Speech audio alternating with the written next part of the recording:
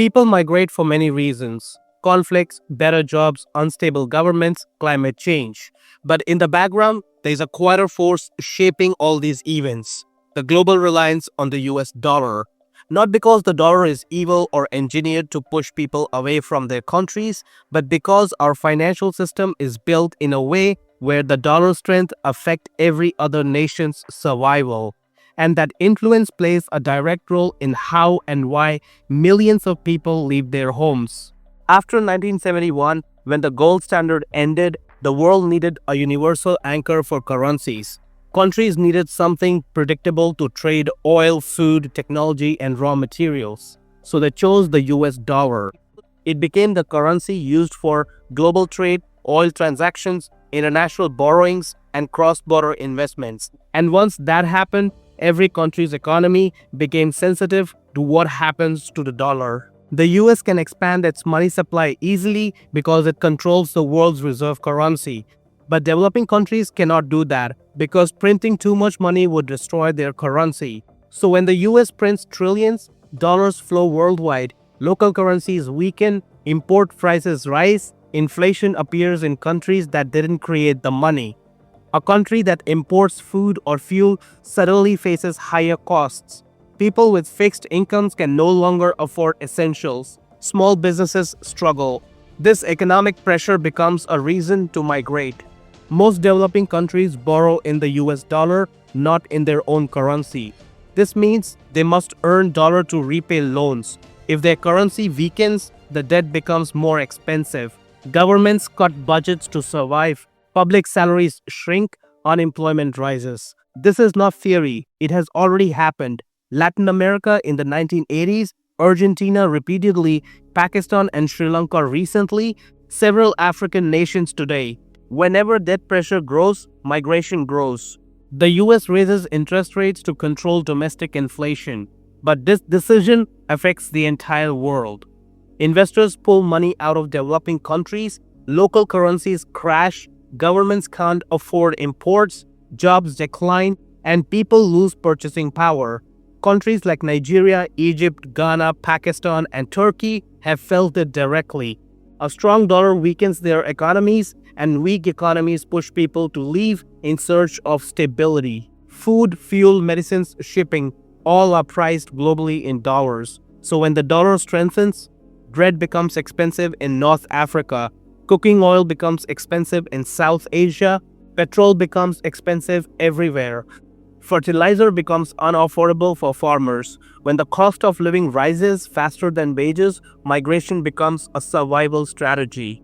When local currencies lose value rapidly, people with skills leave first. Examples: engineers leaving Lebanon, doctors leaving Nigeria, IT workers leaving Argentina, teachers leaving Venezuela, students leaving Turkey. They are not necessarily fleeing war or persecution, they are fleeing economic instability. Migration becomes a way to preserve their financial future. Some countries rely heavily on money sent back by workers abroad. This includes Philippines, Nepal, Bangladesh, Mexico, Egypt. When a country needs foreign currency, exporting labor becomes an unofficial economic policy. Governments depend on migrants because remittances support the currency and help pay for imports. Migration becomes built into the economic system. Not every conflict is about the dollar, but many conflicts happen in regions that are crucial for global trade or energy supply. When these regions get destabilized, people flee, economies collapse, currencies lose value, migration surges. We have seen this in Iraq, Afghanistan, Libya, Syria. War and economic collapse go hand in hand, and people move because they have no choice. There are countries where salaries hold value: the US, Europe, Japan, Canada, Australia. And countries where salaries lose value quickly, many in Africa, Latin America, South Asia, and the Middle East. This creates a predictable pattern.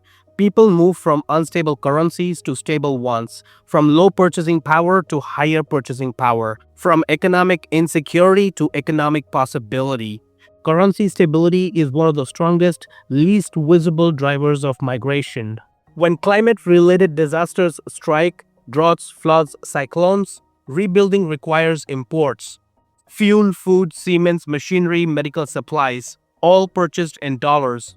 Countries without enough dollar reserves struggle to rebuild. People displaced by climate events become long term migrants because recovery becomes impossible. When wealthy individuals in developing countries fear currency collapse, they move their savings abroad, usually in dollars. This weakens the domestic economy even more. Banks have less capital, businesses can't borrow, new jobs aren't created, youth unemployment rises. Young people see no future, and many leave. Millions of workers migrate to where wages are paid in stronger currencies, like Gulf countries, Europe, North America, Australia. Workers from South Asia, Africa, Latin America, and the Middle East go abroad because the value of foreign income is much higher than income at home. Migration becomes a logical financial decision, not just an emotional one. This pattern has repeated for decades. Dollar rises, weak economies weaken more. Inflation grows, household budgets collapse. Debt rises, governments cut social spending. Joblessness grows, people leave. Currencies fall, skilled workers exit first. The dollar doesn't cause migration directly, but the structure of global financial system ensures that when the dollar changes, migration patterns change with it. A stronger dollar means countries struggle to survive. A weaker local currency means salaries collapse. Debt crisis means government cut essential services. Inflation means families have fewer options. Climate disaster means recovery becomes too expensive. War intensifies economic collapse.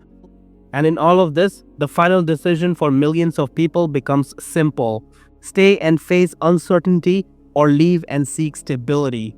Migration becomes a response to the global monetary system, not just local problems.